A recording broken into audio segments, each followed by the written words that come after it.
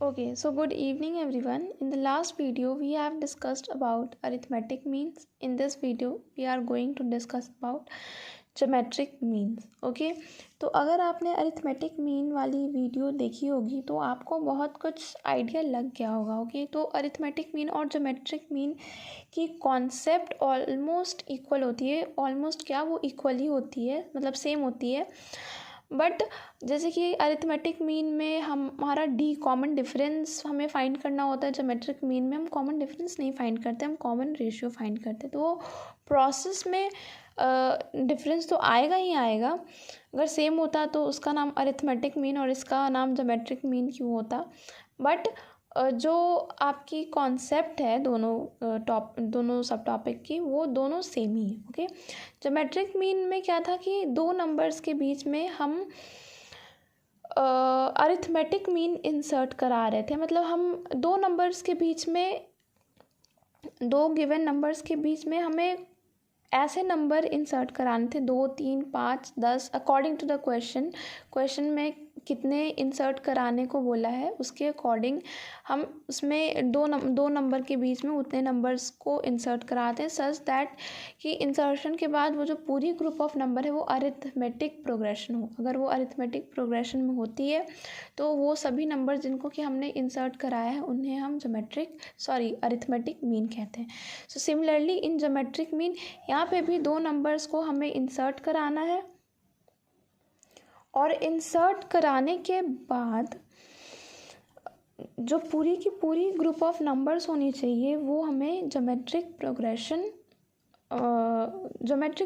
में होनी चाहिए. ओके, अगर वो ज्योमेट्रिक प्रोग्रेशन में होती है तो ही हम उन नंबर्स जिनको कि हमने इंसर्ट करा है उन्हें हम ज्योमेट्रिक मीन कहेंगे.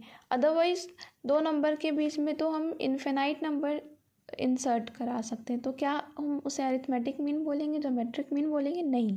अरिथमेटिक मीन की अपनी कॉन्सेप्ट है कि हम नंबर इंसर्ट करा रहे हैं. वैसे ही ज्योमेट्रिक मीन की भी कॉन्सेप्ट है कि हम भी नंबर इंसर्ट करा रहे हैं. पर वो सीरीज़ अगर इंसर्ट कराने के बाद अरिथमेटिक प्रोग्रेशन में हुई तो इंसर्ट कराया हुआ नंबर को हम अरिथमेटिक मीन बोलेंगे. और अगर इंसर्ट कराने के बाद जो पूरी की पूरी नंबर्स की ग्रुप है वो अगर ज्योमेट्रिक प्रोग्रेशन में हुई तो हम वो इंसर्ट कराए हुए नंबर को ज्योमेट्रिक मीन बोलेंगे. Simple. Okay, so as you can see in the definition it's written, if we insert n numbers that is G1. n numbers इज मतलब कितने भी नंबर्स, ठीक है, 1, 2, 3, 4, 5, even 1000, 10,000, lakh, 10 lakh, crore, any number which you wish.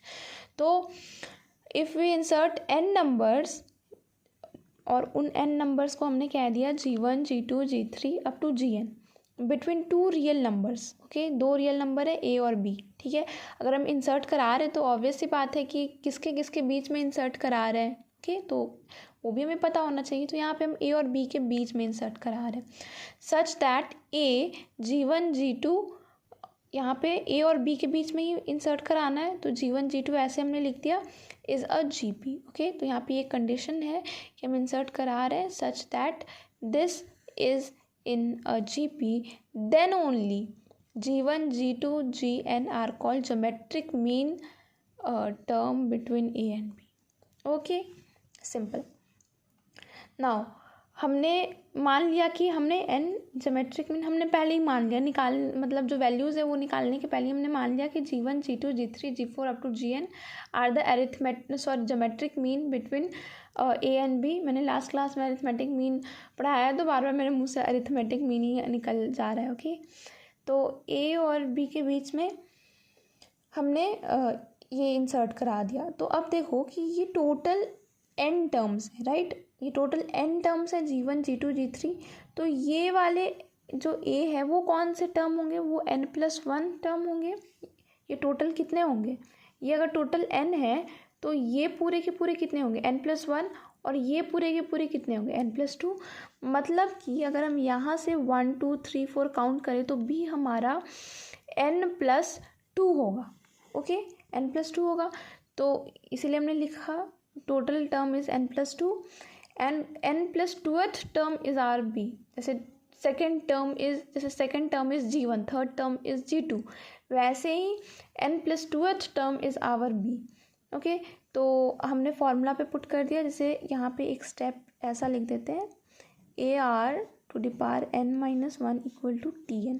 Okay, तो Tn हमने B को लिख लिया, B को हमने लिख लिया Tn, और A as it is R⁴n, तो हमारा B तो हमने पहले ही बोल दिया था कि n+2 टर्म है, तो n की जगह हम क्या लिखेंगे, n+2 -1।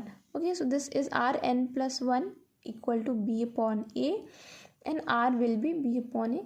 तो मेन हमें कॉमन रेशियो ही फाइंड करना था, क्योंकि A तो हमें पता है, B भी पता है, और n भी का वैल्यू भी पता है, क्योंकि हमें कितना इंसर्ट कराना है ज्योमेट्रिक मीन, वही तो n है। हमें 2 ज्योमेट्रिक मीन इंसर्ट कराना है, 3 कराना है, तो n भी हमें पता है, हमें बस r नहीं पता था। ओके, वैसे ही हमने अरिथमेटिक मीन में d की वैल्यू पता की थी, जो कि कॉमन डिफरेंस है। तो ये आपको याद रखना है, ऐसे आप ऐसे डिराइव भी कर सकते हैं, बट एग्ज़ाम्स में अगर आपको ये आपके माइंड में ध्यान रहता है इसका, तो आपकी टाइम जो है वो सेव हो जाएगी। ऐसे आप डिराइव करेंगे तो डेफिनेटली टाइम ज़्यादा लगेगी। Now G mean terms. सो जी, नाउ नोटिस वन थिंग, हमारा जो मीन है ना वो यहाँ से सिर्फ यहाँ तक है। Okay, from here to here, ये हमारा मीन है, ज्योमेट्रिक मीन। ए और बी हमारा ज्योमेट्रिक मीन नहीं है। ए और बी वो नंबर है जिनके बीच में हम ज्योमेट्रिक मीन इंसर्ट करा रहे हैं। ओके, तो मीन हमारा ये है G1 से लेके Gn तक, बट ज्योमेट्रिक प्रोग्रेशन वो हमारा ए से लेके बी पूरा है।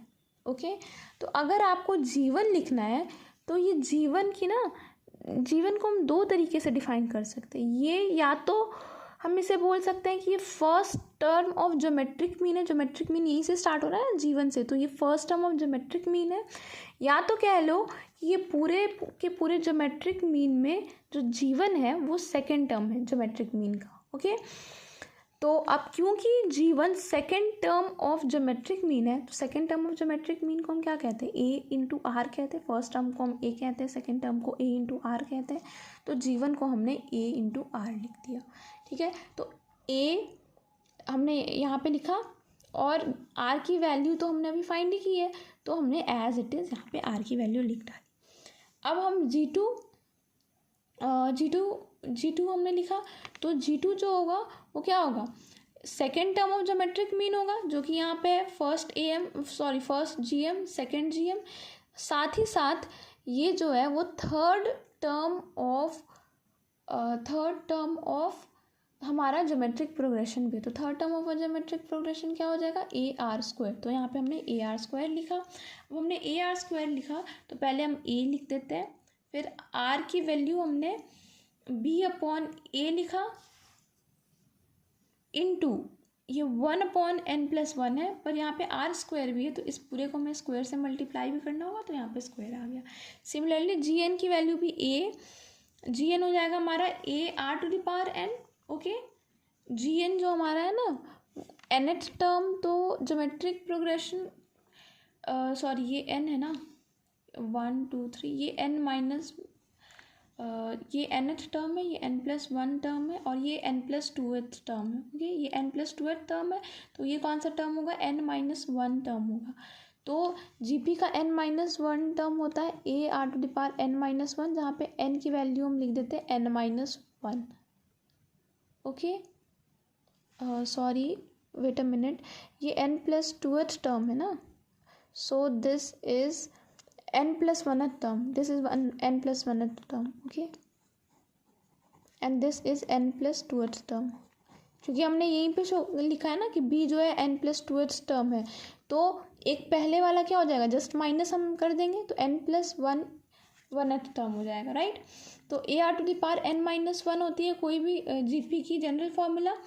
तो यहाँ पे n की वैल्यू n+1 है, तो यहाँ पे हम n+1 पुट कर देते हैं, और ये माइनस एज इट इज़ यहाँ पे लिख देते हैं, माइनस माइनस कैंसिल आउट, तो ARn। तो ये जो Gn होगा वो इक्वल टू क्या हो जाएगा, ARn हो जाएगा। तो हमने वही लिखा, Gn equal to ARn, A की value A as it is, and then B/A into 1/n+1, तो हमारी R होगी, पर क्योंकि n से मल्टीप्लाई है तो यहाँ n/n+1 हो जाएगा। ओके। फिर यहाँ पे कुछ एक्स्ट्रा चीज़ें हैं।